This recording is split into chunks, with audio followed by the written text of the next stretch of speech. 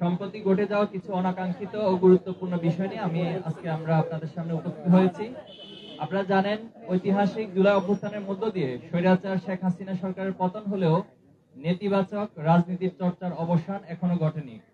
দুঃখজনক হলেও আবারও কিছু ছাত্র সংগঠন সেই ফ্যাসিবাদী ছাত্র রাজনীতির সংস্কৃতির অবতারণা করছে, যা জুলাই গণ অভ্যুত্থানের স্পিরিটের সম্পূর্ণ পরিপন্থী।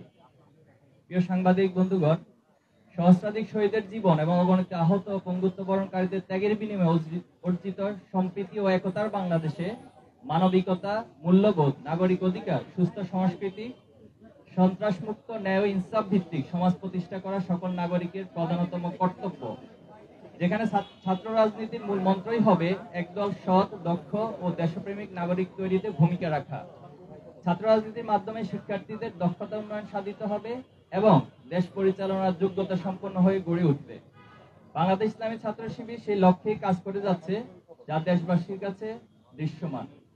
কিন্তু আমরা অত্যন্ত উদ্বেগের সাথে লক্ষ্য করছি যে ছাত্র রাজনীতি নিয়ে যে জন আকাঙ্ক্ষা তৈরি হয়েছিল, তা কিছু ছাত্র সংগঠনের আধিপত্য নীতি, সন্ত্রাসী কর্মকাণ্ড, চাঁদাবাজি, দখলদারি, ট্যাগিং ও দোষ চাপিয়ে দেওয়ার হীন সংস্কৃতি চালু রাখার ফলশ্রুতিতে শিক্ষার্থীদের মধ্যে ছাত্র রাজনীতি নিয়ে বিমুখতা তৈরি হয়েছে এবং যা শিক্ষার পরিবেশকে বিনষ্ট করছে।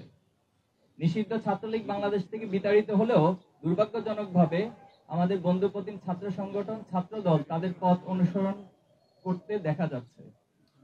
ক্যাম্পাসে সকল ছাত্র রাজনৈতিক ও সামাজিক সংগঠন সমূহের মধ্যে পারস্পরিক শ্রদ্ধাবোধ, সহযোগিতা ও সহাবস্থান নিশ্চিত করে শিক্ষার সুষ্ঠু পরিবেশ বজায় রাখা সকলের দায়িত্ব। কিন্তু আমরা লক্ষ্য করছি, বিভিন্ন ক্যাম্পাসে ছাত্রদল, ছাত্র শিবির সহ অন্যান্য ছাত্র সংগঠনকে অন্যায়ভাবে দমনের চেষ্টা করছে।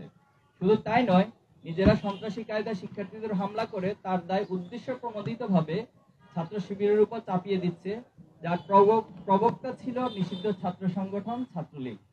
স্বৈরাচারী গণহত্যাকারী শেখ হাসিনা মুক্ত বাংলাদেশে ফ্যাসিবাদের টুলসগুলো কিছু ছাত্র সংগঠন ঘোষণা দিয়ে গ্রহণ করেছে। আপনারা দেখেছেন, তারা ফেসবুকে স্ট্যাটাস দিয়ে শিবির কোপানো জায়েজ, আগেও ছিল এবং ভবিষ্যতেও থাকবে, এমন বিভৎস এবং হীন ঘোষণা দিচ্ছে। আমরা নোয়াখালীতে এমন একজনের বিরুদ্ধে মামলা করেছি।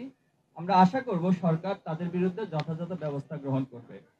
শুধু তাই নয়, কুয়েটের ঘটনাকে কেন্দ্র করে ছাত্র শিবিরের সম্পৃক্ততার মিথ্যা বক্তব্য দিয়ে দেশের বিভিন্ন জায়গায় বিক্ষোভ করা হয়েছে। খুলনার শিববাড়িতে তাদের মিছিল থেকে একটা শিবির দর দৈরা দৈরা জবাই কর স্লোগান দেওয়া হয়। এমন ভয়ঙ্কর হিংস্র স্লোগান আমরা ছাত্রলীগের মুখে ইতিপূর্বে শুনেছিলাম। কিন্তু ছাত্র দলের মধ্যে নিষিদ্ধ ছাত্রলীগের প্রতিচ্ছবি ফুটে উঠবে, তা আমরা কোনোভাবেই কামনা করি না। সারা দেশে শত শত জায়গায় চাঁদাবাজি, দখলদারি দেখে বোঝার উপায় নেই যে দেশের কোনো পরিবর্তন হয়েছে। অপরাধীদের হাত বদল হয়েছে ঠিকই, কিন্তু অপরাধ আগের মতোই চলছে।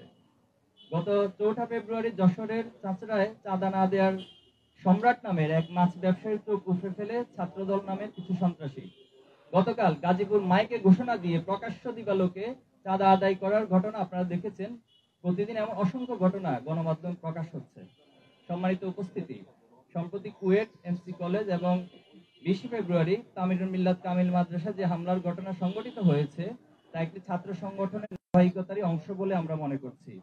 খুলনা প্রকৌশল ও প্রযুক্তি বিশ্ববিদ্যালয়ের সাধারণ ছাত্রদের উপর ছাত্রদল, যুবদলের বহিরাগত সন্ত্রাসীদের নিয়ে প্রকাশ্য দিবালোকে পরিকল্পিতভাবে সশস্ত্র হামলা পরিচালনা করে, যেখানে অর্ধশতাধিক শিক্ষার্থী মারাত্মকভাবে আহত হয়।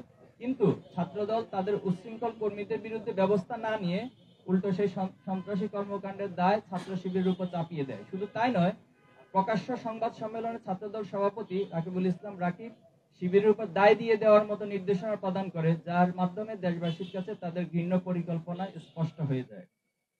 একদিকে ছাত্র শিবিরের দায় চাপিয়ে দেওয়ার প্রকৃত ঘটনা আড়াল করতে চেষ্টা করে, অন্যদিকে যুবদল তাদের চিহ্নিত সন্ত্রাসীকে বহিষ্কার করার মাধ্যমে নিজের সাংগঠনিক সংশ্লিষ্টতা প্রমাণ করে।